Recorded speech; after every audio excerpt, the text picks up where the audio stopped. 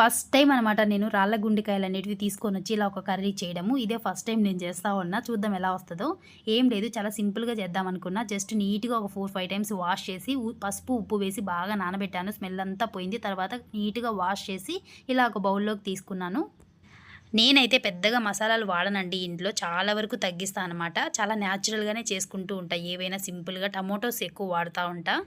తర్వాత వీటన్నిటిని ఒక గిన్నెలోకి వేసుకొని వాటర్ వేసేసి బాయిల్ చేయాలనమాట. ఒక 50% వరకు. తర్వాత ఒక మిక్సీ జార్ తీసుకున్నాను. దీనిలోకి చెక్క, లవంగాలు, మిరియాలు, అలాగే ఎర్రగడ్డ, టమోటోలు, పచ్చిమిర్చి, అలాగే కొత్తిమీర అన్నీ వేసుకొని మెత్తగా పేస్ట్‌లాగా కొట్టుకోవాలి. ఇందులోనే అల్లం వెల్లుల్లి పేస్ట్ కూడా వేసేసుకోవచ్చు.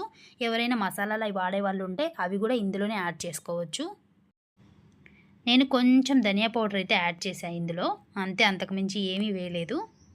నిజంగా ఇదొక్క పేస్ట్‌తోనే చాలా మంచిగా ఫ్రై చేసుకోవచ్చు. డీప్ ఫ్రై కావాలన్నా చేసుకోవచ్చు. కొంచెం అన్నంలోకి కలుపుకునేలా కావాలన్నా చేసుకోవచ్చు. 2 విధాలుగా నేనైతే అన్నంలోకి మిక్స్ చేసుకునేలాగా కావాలనేసి కొంచెం గ్రేవీ ఉంచుకున్నా.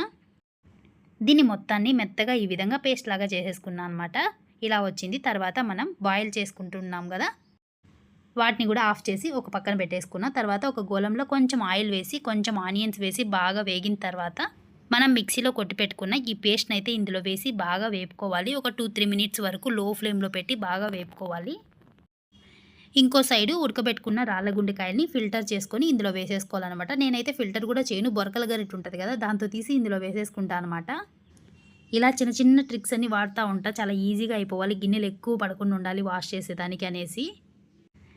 ఇలా అన్నీ ఇందులో వేసేసి పైన కొత్తిమీర చల్లేసి లో ఫ్లేమ్‌లో పెట్టేసామంటే మసాలా అంతా పీసెస్‌కి కూడా బాగా పడుతుంది. మనకి ఎంత బాగా చిక్కగా కావాలి అనుకున్నంత వరకు ఉంచుకోవచ్చనమాట. డీప్ ఫ్రై కావాలన్నా చేసుకోవచ్చు. కొంచెం గ్రేవీ కావాలన్నా ఉంచుకోవచ్చు. ఇలా హాఫ్ ఉడికించుకొని వేయడం వల్ల రాతి గుండెకాయలనేటివి కొంచెం గట్టిగా ఉంటాయి గదా! బాగా మెత్తగా ఉంటాయి. పిల్లలు కూడా చాలా ఇష్టంగా తినేసేలాగా ఉంటాయనమాట. చాలా బాగొచ్చింది కర్రీ అయితే. డీప్ ఫ్రై అయితే కొంచెం పెద్దవాళ్ళకి, ఇంట్లో వాళ్ళకి బావుంటదనమాట. పిల్లలకి తినడానికి కంఫర్ట్‌గా ఉండదు. అందుకని డీప్ చేయకుండా ఇలా కొంచెం గ్రేవీ ఉంచా అనమాట. చాలా క్రిస్పీగా అనిపిచ్చింది మాకైతే.